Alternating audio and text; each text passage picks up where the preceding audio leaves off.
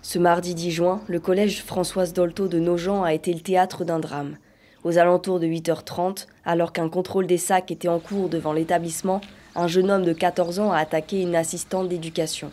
Neutralisé par les forces de l'ordre, Quentin G a poignardé 7 fois Mélanie, surveillante dans l'établissement, avec un couteau de cuisine. La jeune femme de 31 ans est décédée de ses blessures. Une plaie de 7 cm dans le dos aurait été la cause du décès. Suite à l'agression, Élisabeth Borne, la ministre de l'Éducation, ainsi que Denis Devallois, le procureur de la République de Chaumont, se sont rendus sur les lieux. C'est un jeune d'une famille dont les deux parents travaillent, qui ne présentait pas de difficultés particulières, qui était ambassadeur harcèlement, et ses professeurs sont totalement sidérés de ce qui a pu se produire. Une enquête menée par la brigade de recherche de Chaumont et la section de recherche de la gendarmerie de Reims a été lancée. Quentin, l'agresseur, a été placé d'abord en garde à vue pendant 24 heures, prolongé de 24 heures. En garde à vue, l'intéressé se montre détaché, tant au regard de la gravité des faits reprochés que des conséquences vis-à-vis de lui-même. Il ne manifeste au demeurant aucun signe évoquant un possible trouble mental. Il reconnaît être l'auteur du passage à l'acte, mais ne l'explique pas véritablement. Il n'exprime pas de regret,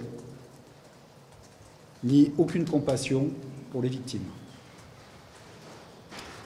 Il fait part d'une certaine fascination pour la violence et la mort, ainsi que pour les personnages les plus sombres des films ou des séries télévisées.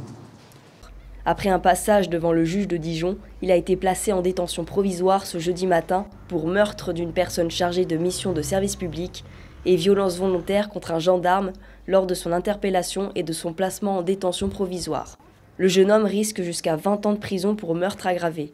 De par son âge, l'adolescent sera jugé devant un tribunal pour enfants. À l'heure de la reprise des cours pour les élèves du collège, le recteur de l'Académie de Reims s'est exprimé ce vendredi 13 juin. Personne ne peut être habitué à ce genre de situation. Quelle que soit son expérience ou son entraînement en quelque sorte, c'est une situation qui ne peut que frapper de sidération et d'effroi. Et nous devons être vraiment en empathie avec tous ceux qui ont été témoins de ce drame, encore une fois, qui est un drame épouvantable. Hier, les élèves ont repris le chemin de la classe. Ça va se poursuivre aujourd'hui, mais c'est une attention, une vigilance de tous les instants et auprès de chacun. Je crois que c'est une épreuve qui va se poursuivre et nous devons y être tous attentifs et solidaires. Plusieurs actions ont été organisées sur le territoire pour rendre hommage à la victime, comme des marches blanches, des cagnottes ou encore des témoignages sur les réseaux sociaux.